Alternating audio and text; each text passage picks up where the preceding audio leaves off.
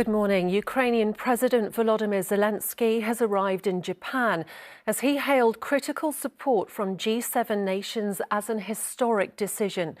World leaders are well into day 2 of the summit in Japan after agreeing yesterday to provide F-16 fighter jets to Ukrainian forces.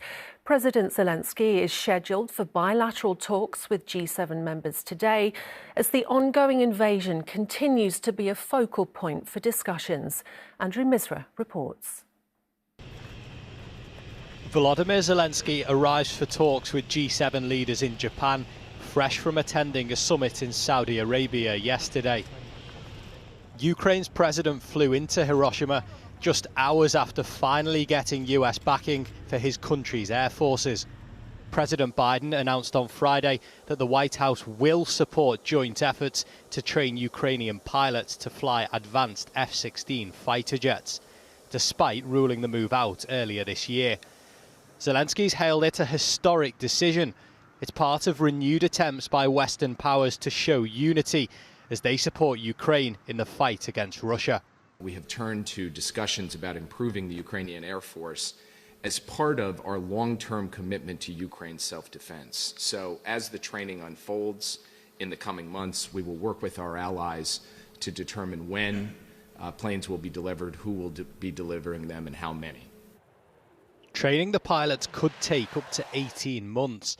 Zelensky says he'll meet with Biden later to discuss the practical implementation of the plan. The surprise arrival of Ukraine's president in Japan will shape the rest of the talks. Lurking in the background, though, concerns about China's growing military and economic power. We view China as an epoch-defining systemic challenge. It's the only country with both the means and the intent to reshape the global order, and its behaviour is increasingly authoritarian at home and assertive abroad. We need to make sure that we take the steps to protect ourselves against that in the UK. There's plenty to find common ground on before the summit ends tomorrow. Andrew Misra, ITV News. The number of patients dying in A&E has risen by more than 5,000 in the past 4 years, according to new reports.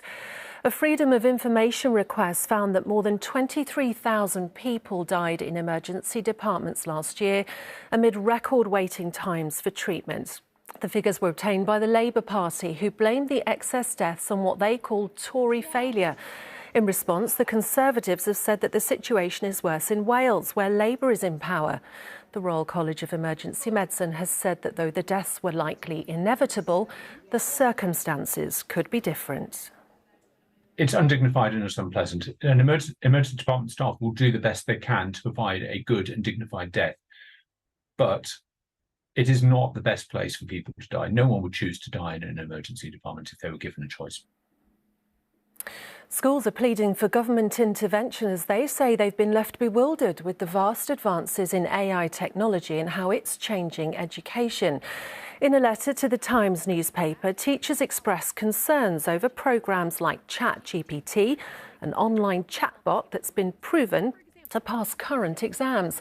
Rishi Sunak has said that although there should be limitations to AI, he also wants to maximise the benefits of it.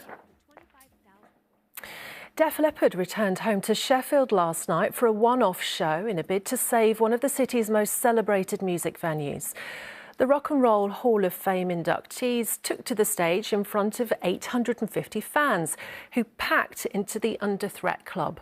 3 days before the band plays to 44,000 at Sheffield United. Proceeds from the gig are being donated to the Music Venue Trust. And new photos have been released of Buckingham Palace beekeepers looking after the royal hives to mark World Bee Day.